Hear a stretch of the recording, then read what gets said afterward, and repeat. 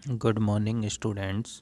हमने last lecture में discussion किया था मैकेनिकल प्रॉपर्टीज़। अब नेक्स्ट टॉपिक है हाई स्पीड स्टील। ठीक है, तो हाई स्पीड स्टील को हम डिफाइन करेंगे। तो हाई स्पीड स्टील को इसलिए हाई स्पीड स्टील इसलिए कहा जाता है क्योंकि उसमें हाई स्पीड पर कटिंग करते हैं। क्योंकि यहाँ पर हम बात कर रहे थे कटिंग टूल्स की, तो इसलिए हम यहाँ पर हाई स्पीड कटिंग स्टील प्रयोग करते हैं जिससे कि हम हाई स्पीड पर कटिंग कर सकें। तो हाई स्पीड स्टील क्या होती है? हमारी आयरन तथा कार्बन के साथ मिलकर अन्य धातु जैसे क्रोमियम, बेंडेनियम, मोलिब्डेनम और टंगस्टन का संयुक्त रूप होता है। कभी कभी क्या होता है, कोबाल्ट का भी इस्तेमाल कर लिया जाता है क्योंकि इसकी कठोरता क्या होती है? उच्च होती है। अगर हम कोबाल्ट को यूज करेंगे कार्बन और आयरन के साथ मिलाकर अन्य धातु में, तो जो हमारी हार्डनेस होगी वो हमारी हाई होगी। और इसके साथ साथ भी क्या होगा, जो जंग प्रतिरोधी होता है वो भी अच्छा होता है कोबाल्ट के मिश्रण से। और काटने की जो क्षमता होती है वो गुणों के संयोजन पर निर्भर करती है। इनमें से 4 सबसे महत्वपूर्ण गुण हैं जो मैंने डिस्कशन भी की हैं चारों को। तो सबसे पहले बात करते हैं हार्डनेस की, यानी कठोरता, जो हमने कोबाल्ट के मिश्रण से हमें प्राप्त होती है, उच्च होती है। तो इसमें क्या होता है कि सामान्यतः जो कमरे होते हैं उसके तापमान पर कठोर हीरा दंतरु के द्वारा धातु की सतह का भेदन क्षमता का विरोध करे कठोरता कहलाती है। सेकेंडनेस में हॉट हार्डनेस यानी तप्त कठोरता।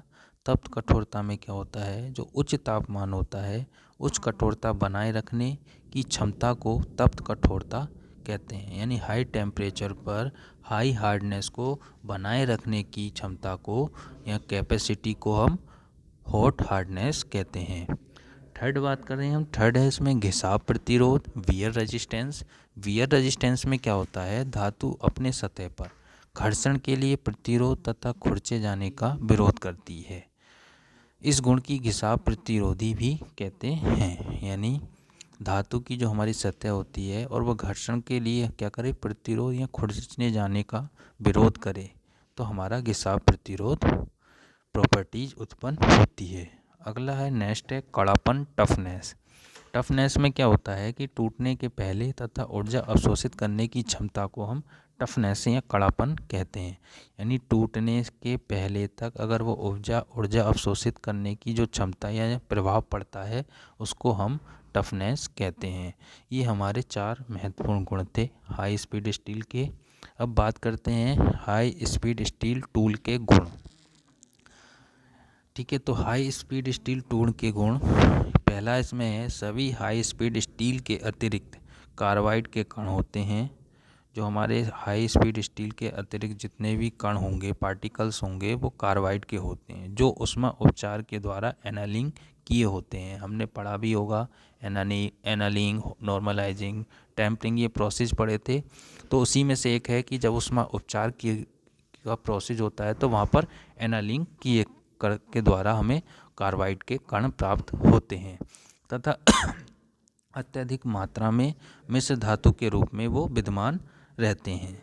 दूसरा है इसमें कार्बाइड कण की उपलब्धता हाई स्पीड स्टील को घिसाव प्रतिरोधी तथा कठोर बनाती है। यानी जो हमारे कार्बाइड के कण होते हैं उनकी उपलब्धता से हाई स्पीड स्टील में हमारी एक तो घिसाव प्रतिरोध तथा हार्डनेस बना रहता है। अब बात करें तीसरे पॉइंट की, तो तीसरा पॉइंट है इसमें कार्बन की मात्रा कठोरता बढ़ाने के लिए होती है। आपने देखा होगा जहाँ भी हम कार्बन को यूज करते हैं किसी भी मिश्रण के साथ तो वहाँ पर हार्डनेस बढ़ जाती है। फोर्थ है सभी हाई स्पीड टूल की यांत्रिक तथा भौतिक अभिलक्षण एक समान होते हैं।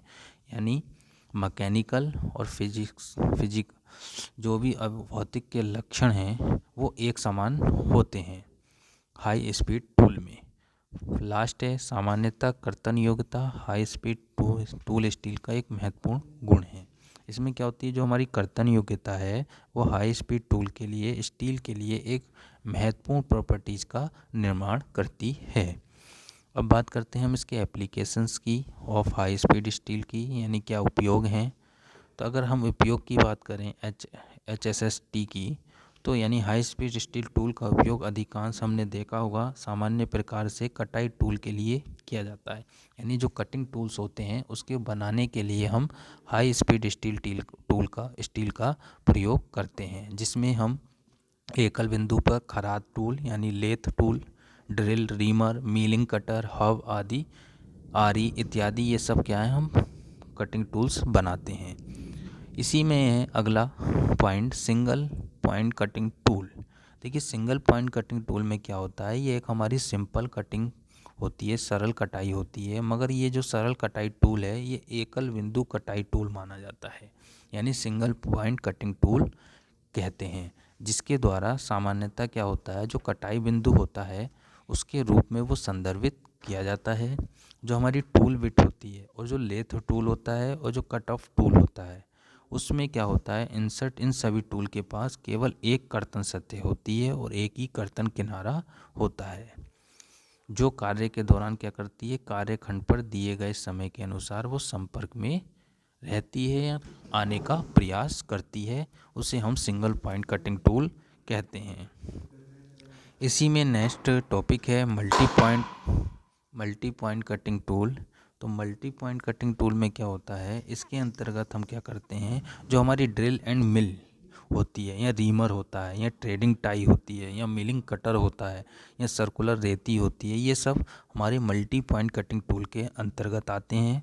इसमें क्या होती है हमारी हॉट हार्डनेस और घिसाव प्रतिरोधी और चीमड़पन, इसके क्या होते हैं प्रमुख गुण होते हैं। इसका उद्देश्य क्या होता है जो हमारी लकड़ी होती है या नरम पदार्थों की कटाई करने के लिए मिश्र धातु जैसे एलॉय स्टील की ड्रिल बनाए जाते हैं, ये वहाँ उपयुक्त होते हैं जहाँ उत्पादन हमारा कम होता है, यानी जो प्रोडक्शन हमारा जहाँ पर कम हो रहा हो वहाँ पर हम मल्टी पॉइंट कटिंग टूल का इस्तेमाल करते हैं। कुछ मल्टी पॉइंट कटिंग टूल इस प्रकार हैं, जैसे मैंने पहला है सीरा मिल यानी एंड मिल।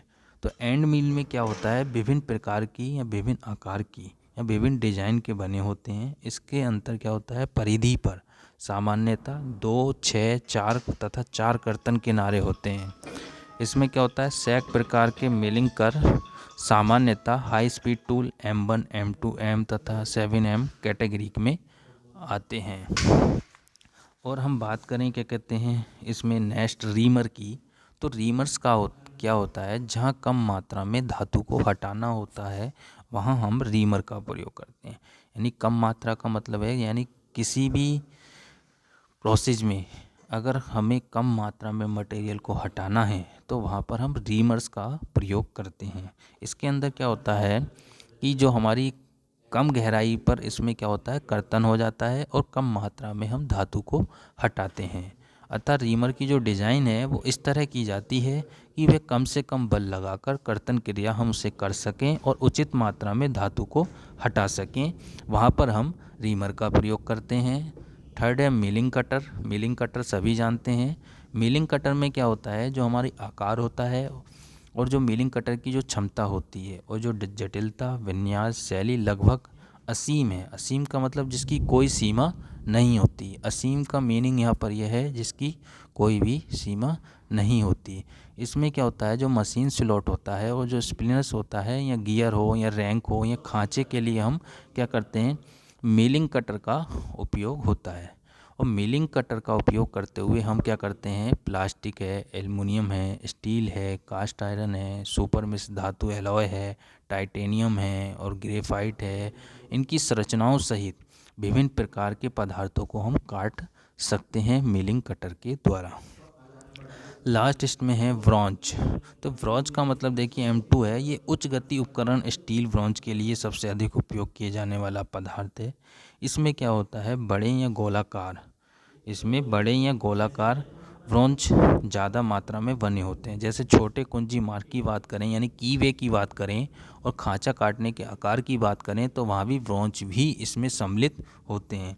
कभी कभी आपने देखा होगा उच्च कार्बन पदार्थ का भी उपयोग किया जाता है।